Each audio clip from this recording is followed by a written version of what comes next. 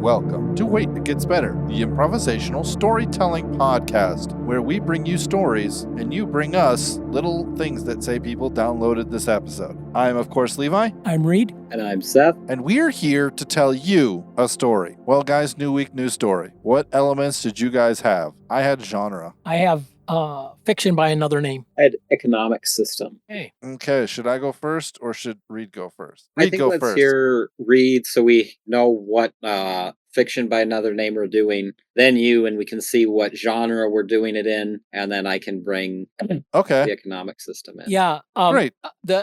Just for I think for a point of clarification, we haven't used fiction by another name very often, but it's sort of a telling of a story, and it's like following the pattern of a previously well-known story. Does that say it right? Yeah, it's like how Lion King is retelling of Hamlet. Right. Yeah. Yeah. So you choose the retelling of, and then the new story is the story that we make. Okay. Well, I had what I was prepared to do is to just launch in to our story and it would become clear. But, maybe we want to, I don't want to assume genre, and I've kind of got I've got a bunch of world building stuff going on in my part the way I had planned it. Okay. So I was going to not even say what the story, but it'll be clear. Well, you should say, because then we know how to build it. But if I start in, you'll know. And we build it? Then say it. It's not a mystery. The point is that you say, this is the story we're going to make the story like. Okay, so I think our story is a retelling of The Hobbit. Okay, in case nobody knows, he's talking about this little-known author. You might not have heard of him. His name is J.R.R. Tolkien. He wrote a story, it was like a couple of decades ago, called The Hobbit. It saw some pretty decent success.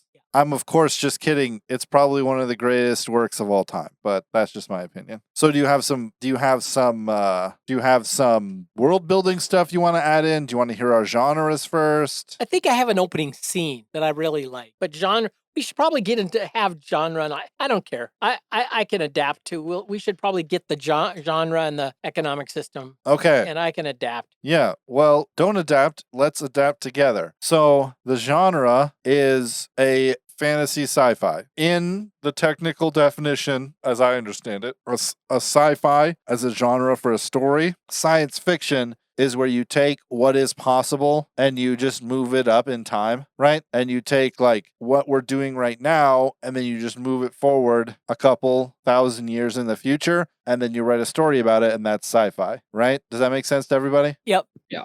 Where fantasy is a story with truly mystical or unanswered elements. So, like Star Wars is a fantasy story, right? Because there's, the Force. It's an unanswered element, turning it into so our story is going to be a sci-fi story, but it needs to have an emphasis on they could never have actually done this. Like, humanity will never reach that thing, whatever it is we choose, because it's fantasy. Does that make sense? Yep. Cool. Seth? Yeah.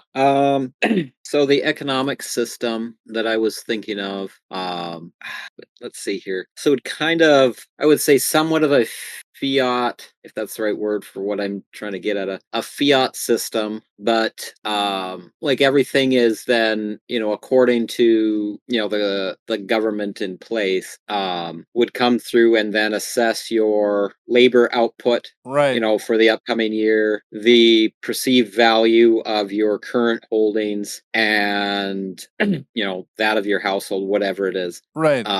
And then issue like a given sum based on, like I said, labor output, property values, asset values, based on a marginal comparative interest of the area that you're in, and then you would have like that many assessed credits for that year, and then each year it would be an assessed again. Gotcha. Given, right? So someone, let's say they're young, they're fit, they don't have any health problems, they could be working a 10-12 hour day, which would give a certain amount of output. Now, they might not, but then if they haven't produced anything by next year, right, then their other assessed values are going to go down. right? And Or- So is it a planned economy? In other words, what is the individual initiative? Are they like set on a path, like you will be working in this industry, or the way you described it, it could be just government control, like rent control, like government control of the mediums of exchange, but people are still out there, testing the market and performing services that will meet a demand. Do you see here what I'm saying? Like it could be, or else it could be a controlled economy where the government would say what you're going to be doing. Like, well, you'll be producing toilet paper, working in the toilet paper factory, or you will be raising chickens and bringing your eggs to market, or, you hear what I'm saying? It's like, I don't, to what degree are you fancying the government is like in control of the means of production? It's an interesting thought because it doesn't have to be a very planned economy, because this could be a reactionary force to some new stimuli, right? Where since we have a sci-fi fantasy, this economic system could just be the prevailing economic system of some new alien entity that has sort of more recently arrived to where our story takes place. Or I'd say it's it might not be broad sweeping, but perhaps one system, like Levi just said, used by one group of people, Yeah. or one of the kingdoms, one of this kind of new enclave, starting out. You could have a race of aliens that their currency is the entropy of all things. So like the potential energy that things have to move through space. So therefore they regard very much how much energy you have, how much potential energy you have, and how much sort of raw goods you have. So you come to them and you basically sign, in order to participate in their economy, you sign over into their system, and then you get what's it called, cataloged. Your health gets checked, all of your possessions get sort of detailed, and then it's kind of like how a reserve currency, you go over and you wager, you basically, from how I understand it, the US's reserve currency, we go over and we trade US dollars for foreign dollars, because foreign dollars we can use, and it increases the value of US dollars by giving foreigners US dollars, if I understand that correctly. So in that same way, you go in to participate with this new alien and you get cataloged, and you get to participate in the economy only as much as you are contributing or increasing your potential energy. Does that make sense? That's the thing I was thinking about. Yeah, that makes sense. That's kind of weird. It's kind of weird now that I think about it, but it would definitely be a system that would, I guess, favor the young. Yeah, favor the young, the healthy, favor, well, to a degree as well, because if you're trying to read potential energy, you would also favor the well-off young. It's like, I'm sorry, I can't give you a loan. Why? Statistically, where you grew up, you're not going to make anything. You're uneducated. So your potential energy is very low. Like the mass that you can eventually acquire does not compute with us. It's like, it doesn't matter. It's like not having a high enough credit score. You know what I mean? I don't know. This just, as you talked about it, this is the things I was thinking about, how to make it fit within inside of another world. Yeah. So I'd like to determine a couple of things. I'd like to determine who Smog is. I feel like it'd be important for us to determine who Smog is. Well, I was going with Ayatollah Khomeini character.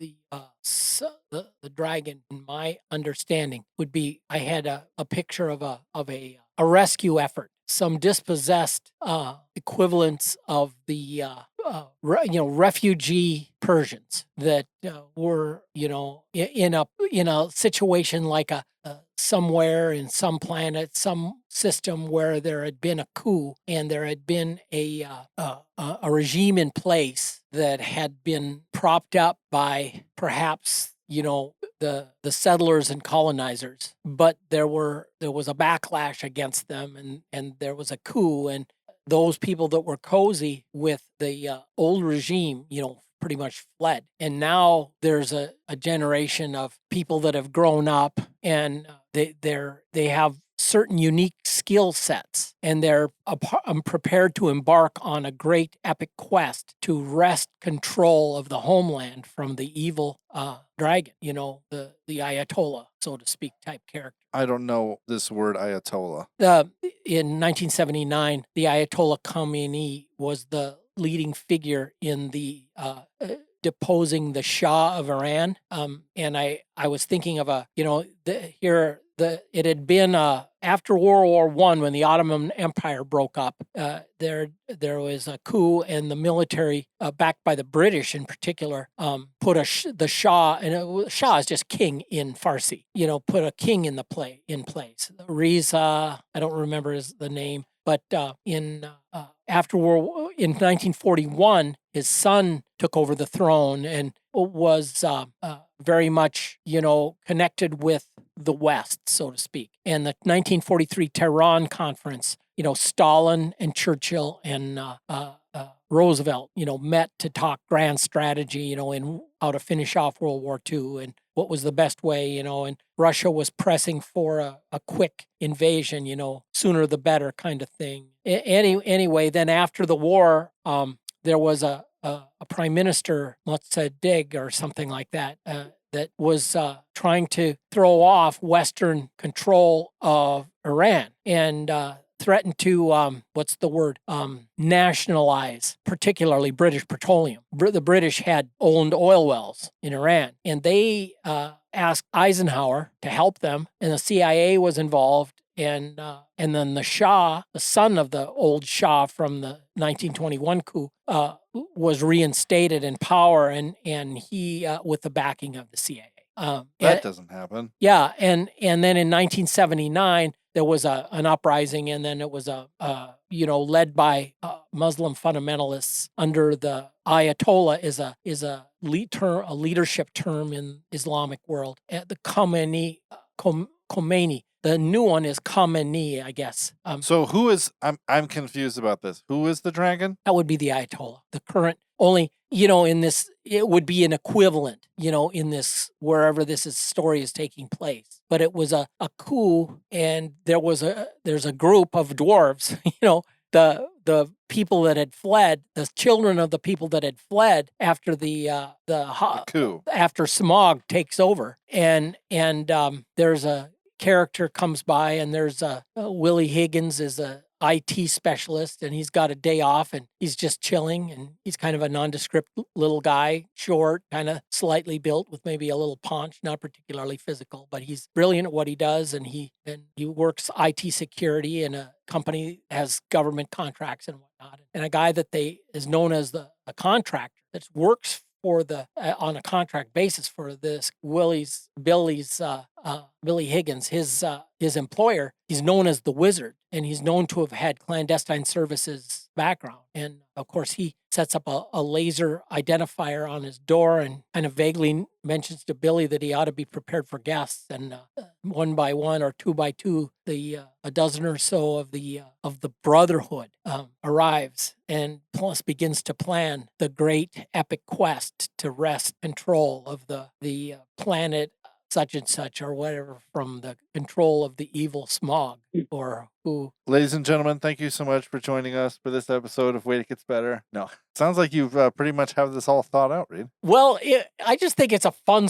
I overheard you reading the Hobbit to your daughter, and it's such a fantastic story, and it's so wonderful. And I just should be retold again in just about any genre you can think up. Right, That's what I thought. So I like the idea of it's a coup. Yeah. I kind of have this idea that the aliens that brought about the economic system, it's them or people who are backed by them who perform this coup. Yeah. Right? Because of the untold wealth. Right. Right. That exists in this planet or around this area, Yeah. And so these people then rose up with the backing of this alien force and descended on this planet, destroying the defenses and preying on the weak, and driving off the inhabitants. Yeah. As is the story in The Hobbit. Right. And so then, however many years later, we now have the original inhabitants and the heirs to this great fortune that exists in this planet coming to being gathered by this wizard. I kind of want to I don't want to make Bilbo an IT specialist. Okay, that was. I'd like to make him like even because Bilbo is like the only thing that makes Bilbo worthy of going on this adventure is the fact that his mom was a took. That's right. So if I can insert something, just 1 second. So let me say this one thing, and then absolutely, it has to be something that is about this lead character, but in no way is he responsible for making it real. You know what I mean? Bilbo was in no way responsible for the fact that his mom was a took. Right. But right. it became his strongest force. Yep. What's up, Seth? So I'd almost like to think that maybe, because you asked like who's Smaug, right? I'm trying to wrap my head around the sci-fi idea and some of this. So one of the reasons that they have to have Bilbo is because Smaug doesn't recognize or won't as recognize the Hobbit smell. Well, correct? they need a burglar, a sneaker. And he's not going to be familiar. He's going to be familiar with the smell of dwarf. He knows the smell of dwarf. He doesn't know the smell of Hobbit. I imagine that's one of the reasons why. Yeah, I imagine that's one of the reasons why Gandalf chose him. Yes. Right. I don't believe that's stated at the beginning, but I believe that is stated later on. Right. So my guess would be taking some of this, in an idea where perhaps with this economic system, or maybe this is something different, but I'd like to think of Smaug as an AI, like presence. Oh, interesting. Or I would see how it might do with the economic system, because if the economic system, if the centralized thing of it, kind of pools it all together and dishes out, a fiat, value credit, but yet like a bank does, they hold all your money and they're investing it, making millions. Right. Right. And then when you need it, then some of it's available for you to use. And perhaps that's what the mountain is. It's a planet. It's a thing where all of this resource, where this people group amassed all this potential, which then you saw with Dale, from there it spread out and it pushed, just, I don't know, you used a word earlier, the potential. It held a bunch of potential energy and stuff like that. Potential energy, be it the resources, be it, all that. So basically it's the wealth. And then in my mind, I'm thinking Smaug or the thing is like an organizing, perhaps at first, or is brought in as something that then catalogs, organizes, and distributes, right? And being if it's some kind of AI, gets a hold of the actual mass of value potential that this has. And if it's supposed to be divvying all this up, if it's supposed to be organized, then is it not his? Right. And then in the story, it specifically says that Smaug either heard of the gold, like heard that there was such a great wealth, or that he could smell the greed that the dwarves had. And that's where I think you have because of that. And that's where I don't remember which one it was. That's where I think you have fiction by another name means that not every little detail needs to be the same. Obviously, you need that character to be there. How does he come in? Well, here's the way that he comes in. Yeah, that's fair. That's fair. I would say that perhaps this other race that is then entreating Bilbo to come in, perhaps they need him, or they are hoping that he can get into the system. Not to throw in something based on a book I'm reading, but to your delight, I'm reading The Dark Tower, right? Dun, dun, dun. Da, da, da, da, da. Okay, spoiler alert. So if you haven't read Dark Tower, go read Dark Tower, and not just the first one, but I think you have to get through Wastelands. Through Wastelands. No, into Wizards and Glass, because the reveal of this isn't until Wizards and Glass, the first part of it. Okay. And it has to do with how they defeat Blaine. Okay. If that makes any sense, then I'll leave it at that. Yeah, we can talk about that later, but I think that that's a really fair way to do it. Yeah. And so I guess I can give a little bit of spoiler. In the Dark Tower, Blaine is like an AI. Yeah. Train. and he gives the heroes in the story a ride if they can then basically feed him riddles. And being he's the computer and he's got the massive thing, none of them can really stump him with any riddles because of the algorithm to figure out what a riddle and how a riddle works. He just has the answer, everything they throw at him. Yeah. And it's kind of then the things that then trip him up to a point would be, I guess you could say, a riddle to a point, but one that you have to think around a corner that, let's say, someone that thinks of themselves as highly intelligent can't. Yeah, you have to make it's a riddle with a stupid answer. Like an obvious answer. Yeah, it's like... Yeah, but like a joke answer. It's like, it would be like, what did the elephant find in the fridge? And the answer being, nothing, because an elephant can't open a fridge, you dolt. Yeah, because he doesn't have opposable thumbs. And it's like, oh, well, I was trying to think of, like how, what he would, because it's an elephant and it's a fridge, and the inflection, right, you're trying to figure out this riddle, but the answer is just simple. The elephant doesn't have, well, he's got a trunk, so I guess that. But that would be the idea. The elephant doesn't find anything in the fridge because he doesn't have thumbs in order to open the fridge. And so I think maybe that could be how they bring in Billy's character. If the dwarf type characters are already perhaps somehow symbiotically related or connected somehow to that same AI system. Yeah. Because again, as they got there, their greed, their, lust for the potential of the power that all that resource could do, let's say, might limit them so that if they got into that system, they couldn't get around that program would shut them down. It could block them at every corner because, in a sense, they're the makers.